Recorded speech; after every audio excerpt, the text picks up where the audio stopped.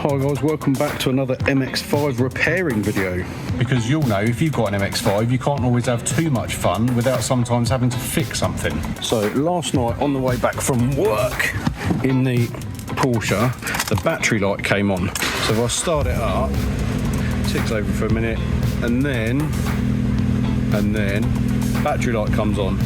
So I plugged in my little voltmeter and that is reading, let me zoom in, 12.2 volts. Now with the engine running, that should be reading like 13.5, 14 volts. And then if I put the headlights on, that drops to 12. Let's put the heated seats on, that's dropped to 11.7. Put the fan on, it dropped to 11.6, which led me to believe that the alternator has left the chat, which is not surprising really, because last month I was doing skids in the rain at Castle Combe.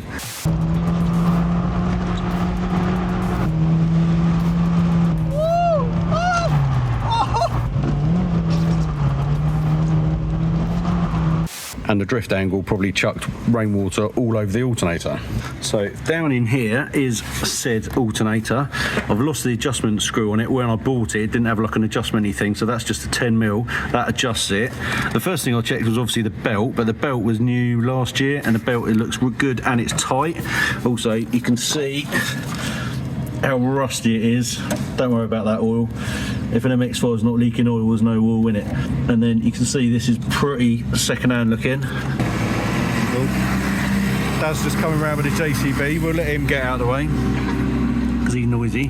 And then underneath that, so you've obviously got to take that bolt out. On yours it'll probably have like an adjustment screw like there is on the power steering pump the other side, which is that one there. So you'll have like an adjustment-y thing that says like 2 bolts there you've got to adjust.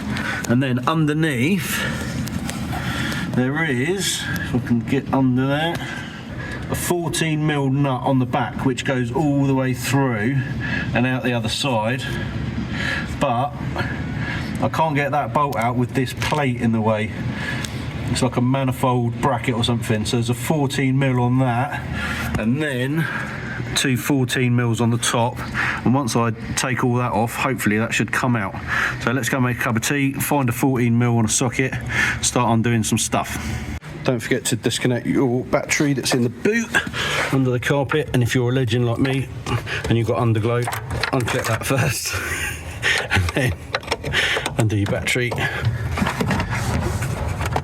Bosh, there you go, car's dead.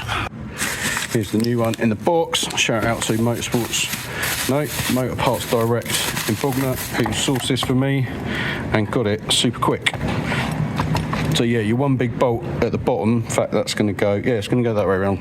Your one big bolt at the bottom goes through both of those and does up on that threaded bit there, and then your adjustment one is on that, and then your mains is going to go on that, and then your plug from the ECU is going to go onto that. Right, we've got lots of good news so far. Ignore the strip light across the engine bay, that's mechanic approved, that's how we do it. Also, it looks like I'm going to be able to do everything from the top, because I was worried about jacking it up for several reasons. One, it means I've got to get under tray off underneath. Two, it means I've got to find somewhere that isn't rusty that I can actually jack the car up on. Also, once I get underneath, I'm going to find even more rust and more oil leaks. So to be able to do this from the top is good. This bottom one's a little bit tricky to get to, but you can get a ratchet on it, literally just with like a long, slightly longer extension. That's just on a 40mm. I always try and go for a 6-sided one as well, because it's less likely to round it off. But these were tight-ish, but not too bad. So I've just got a 14mm on this great big extension bar. Once I just like crack them off, then literally just keep turning them around until the bracket down here just falls off. Once you obviously take the bottom one out first, and then that's your bracket. Just put that to one side, or we'll leave it down there. It doesn't really hurt down there. Right, the 14mm on the back of the alternator is a bit of a pig to get to, but it's doable, and it was busting tight. But now I'm going, this is like loose, but it's starting to come, but obviously all the bit where it goes through both bolt holes is all rusty and crusty. So I just go a bit liberal with the, can't really see what I'm doing, but I go a bit liberal with the old GCA 5, and hopefully that'll help. So a little bonus top tip, I've actually put the adjuster bolt back in to stop it moving around. So if you, once I tighten that up, then otherwise every time I lift the ratchet up and down, the alternator's swinging around. So I'm going to tighten that up, and then that will save me a bit of time. Right, I've cheated a little bit. As you can see, I've got a DeWalt drill in there because it was taking so long, because I literally got no movement in here at all, so I was literally just doing like one click at a time on the wrench. But now I've got a whizzy gun in there, upside down. I'm trying to be able to get the thing out now. So it's not a full-size whizzy gun, it's a impact driver, but it's got a little attachment just for like a 3/8 socket, so that has saved me like one click, click, click, click. I was just gone, and out she's come. And then, where is it? Oh, there she is. That's a long old bolt, so yeah, there's quite a few threads on there, and obviously you're only doing like one click at a time. It's taking forever. Right, now that should be nice and loose, which it is. Now it's just hanging from that top one. Let's undo that. So it's out, and I definitely didn't drop it on the sandwich my fingers between the alternator and the crossbar here. So there's like a plastic cap you've got to get off there. That's a 12mm. That's the power from, I believe, the battery. And then this is a plug that goes to the ECU. So I'm going to try and get that off. Obviously not one-handed, but or can I get it off one-handed? No, hang on. She's off. A couple of tips. The plastic like surrounding on that actually clips onto the alternator itself. That plastic cap just comes off the top. 12mm comes off. That's like a spadey sort of terminal, and then the actual plastic, so I thought it was jammed on that, but it's not. The whole plastic thing has to unclip off the alternator itself. And then the plug, which I've lost, like, actually, where is it? Oh, it's on the back. That one there, that I push that in, if you see that releases it, and then I just grabs hold of like the edge of the plug, like what, just literally just on that plastic bit, and then just gave it a wiggle. So I was pushing that in with one hand, giving it a wiggle with the other hand, just worked it off. And now that should just lift straight out. If I can find, hang on, I need 2 hands for this. Right, it is out.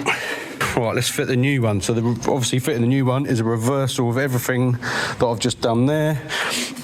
Bit of GT on all moving parts. So I'm going to fit all that and then hopefully see if that's what the problem was. Hopefully I'm going to fire it up and get like 14 volts or something similar. Mid-assembly, top tip, a couple of top tips actually. So we've got the belt on. To get the bottom bolt in is actually relatively straightforward. You just got to kind of, the best thing to do is put it on the adjuster and let it swing, and then it kind of has to go in the right place. There you go, go and have a look. There you go. And then I didn't do this 12mm up on the feed from the battery, so that actually I could rotate it around, because when you put it in place, if you tighten that up, this bracket, which is also loose at the moment, I had to rotate this all the way around because it was sticking out the wrong way. So at the moment I can still move it around before I tighten it up. And then also the same with these. Put the top two in, have it so it's nearly tight, but you can move it around, and then that means that you can get the bottom lined up. And then I've just literally just got it all in, so it's like leave everything loose, like nearly tight, until you completely need to tighten everything up until you've got all the bolts in.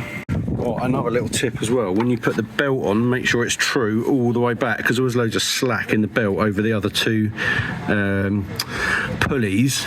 Then you might be able to see it down in here. It wasn't sitting true on, you can't see it, there it is. I can feel it. Yeah, and then this one down here, make sure it's sitting true around that one. And then I've tightened that up with a combination of spanners and whatever to tighten that up and get some tightness on that. And now let's fire up, see if it's making some voltage. Let's probably clean some of these tools up first, otherwise they're all going to rattle off. All right, it's all tidied up. Let's flip the key. I really hope this has fixed it. Right. Obviously I've reconnected the battery as well. It's reading 12.7 neutral. Yeah.